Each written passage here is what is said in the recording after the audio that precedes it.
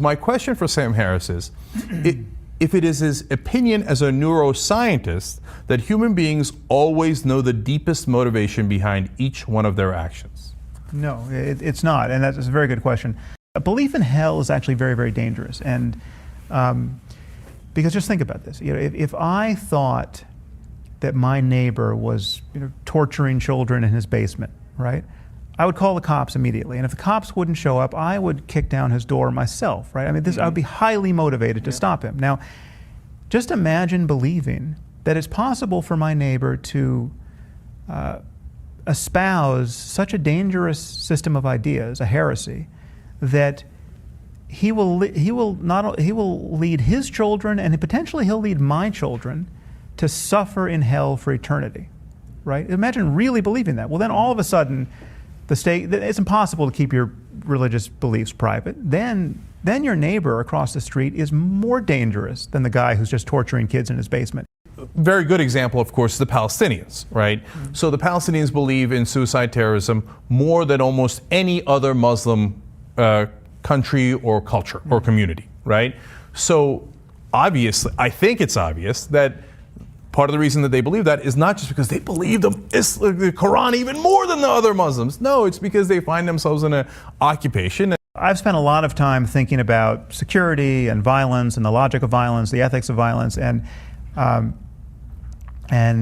it's also just true that we have some very serviceable intuitions about who is likely to be an aggressor in any circumstance. We shouldn't, based on a politically correct desire to appear fair, deny that humans have intuitions on this. 65 years old and just got back from Tucson, and she's got all her paraphernalia, all her kitsch, and she's talking to her husband, and they're in flip-flops, and I look at them, I hear their conversation, I get the whole gestalt, and somebody better trained than me could do a better job of this, right? Attention is wasted doing a pat down on these people. We'll stop and frisk in New York. We are going to stop 96% blacks and Latinos. Mm-hmm. Now, could you show me some numbers that show that blacks and Latinos get arrested more often than whites in New York City? Yes, you can. Is it partly because they get stopped more? Yes, that's true too. But even if I thought they were more inclined to do the crime, which I don't believe at all, but even if I thought that, I still wouldn't stop and frisk them disproportionately. Mm-hmm. The reason is you separate the races and you make the problem worse. You make it an us versus them. What I was objecting to was the security theater of this obvious display of fairness, which is an obvious waste of time. What you're worried about with a 4-year-old is a family that would be willing to blow up a plane with their 4-year-old on it. Right, but if you're talking about a wheelchair, well, I would actually check the wheelchairs more than anything else because it's filled with metal. So it depends, right?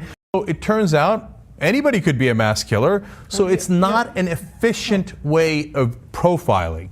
Action is much more efficient. Whereas if you were doing it on action, you'd say, this guy looks weird, his eyes are twitching, he looks crazy. You do it on everything. You take political correctness out of the equation, right? I'm happy to do that. There are no illusions about what's going on when you go. I don't know if you've been to Israel, but you go through Ben Gurion Airport, and listen. We don't want the plane to blow up, and we're not going to be necessarily polite about this. And we're going to talk to you as long as we want to talk to you to find out whether we need to worry about you. The reason they're talking is because they want to see if they can see cues and clues. Yes, that I have no problem with.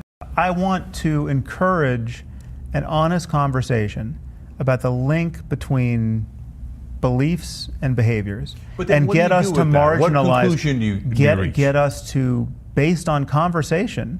But conversation is easy, Sam. We've had the conversation. It's not easy. It's profoundly difficult. You should see the kinds of conversations I have with someone like Nick Kristof of the New York Times, right? Who will not admit that there's any link between religion and behavior.